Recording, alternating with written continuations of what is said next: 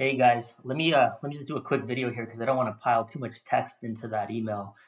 So with regards to this valve bank and replacing it, I'm going to give you a suggestion here and I'll walk you through it. But here's what's going on. So at the time, whenever this machine was getting built, Mac didn't have an option to put large valves on the same manifold as small valves. So that's why you're seeing this setup. So you see two large valves here, and then a bunch of small valves over here, and a couple of missing valves right here, right? And basically, it looks complicated, but it's actually fairly simple. Go into this drawing here that you guys sent me. What you see here, you see two lines here. What this is doing is this is just the supply line, and it's supplying the small valves, and then there's another run going here to supply the big valves, right? That's all that's going on there. So that being said, my suggestion in this case would be to go with this setup that I have here. Let me just make it bigger really quickly. So basically, welcome to kind of, 20, or let's say year 2000, easiest way to put it, right? So nowadays, you can mix up larger valves with higher flow rates with smaller valves on the same manifold. So you'd have one hookup, one supply hookup right here.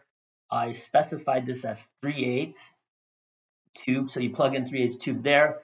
From the information that I have from here, down here it says 1/4 or 1/4 inch tube and 3/8 tube is what the setup was using. So I'm going to take an assumption that we're still using, hold on one second here. So I wasn't able to see behind these valves very well, but I'm assuming there's a bunch of 3/8 tubing flowing back there. So that's something to double check. But anyways, going back to this valve terminal.